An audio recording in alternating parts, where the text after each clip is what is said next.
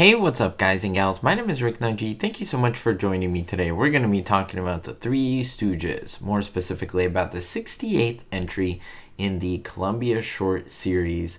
This one is called Dizzy Detectives. Now, it's a great short if you haven't seen it. The release date is February 5th, 1943, and filming was done between June 29th and July 2nd of 1942. Now, it is the second of three Stooge shorts with the word Dizzy in the title.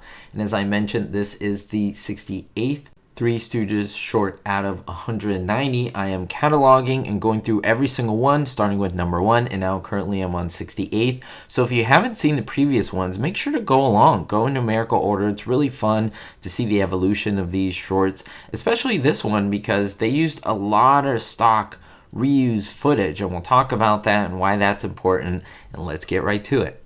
Now, this is a great Stooge short because they are carpenters. Now, that was done again because it was done previously in a short called Pardon My Scotch. Now, I did cover that extensively. I have a link in the description if you want to check it out. But in this one, they become policemen, the carpenters, so that changes a little bit. I'll talk more about that in just a little bit because there's a mysterious burglar, and he's disguised as a gorilla. Now, he's having the cops baffled, finding out because they can't find out what's going on. And there's this man, Mr. Dill. He's the head of the Citizens League. Now he's threatening the police chief's job. Now the boys go on the case and pose as night watchmen at an antique store. And there's so much hilarity that ensues throughout the short. It's like kind of like a fun house and all these silly things happen, but there's an aura of like creepiness, like scariness, but in the Three Stooges style. Like it won't creep you out. It's just that mood. Like it's a great Halloween episode or a great Halloween short. Now the Stooges finally confront the crook, who turns out to be a real gorilla owned by Mr. Dill. After defeating him, some other bad guys in a wild fight as well, the gorilla drinks some nitroglycerin, of course, and then he blows up. Now, the scene I'm going to talk about is the one with Mo Howard and him falling. It's when they are carpenters, and this one is important because this is reused stock footage. This means that the entire opening carpentry scene is lifted and used, pretty much copy and paste, from the 1935 Pardon My Scotch short. And it includes the footage of Mo crashing to the floor and breaking 3 ribs. Now, again, check it out if you haven't. I'll cover it a little bit here, and I'll show you the stills of him falling. This is him actually getting hurt, and they liked the look of it, so they kept it in the short. It looked really realistic because he was supposed to fall, but in a safe way. But unfortunately, the way the table gave way, he fell, slammed his chest in a really not great position where it did break 3 ribs. But Mo didn't bat an eyelash. He was in immediate pain, but he got up and finished the scene up until when they had to rush him to the hospital to see what was going on. And yeah, they told him he broke 3 ribs. That was not in the script. He didn't have to break the ribs, right? But it was just such a great scene that they reused it in this one and then changed the rest of the short.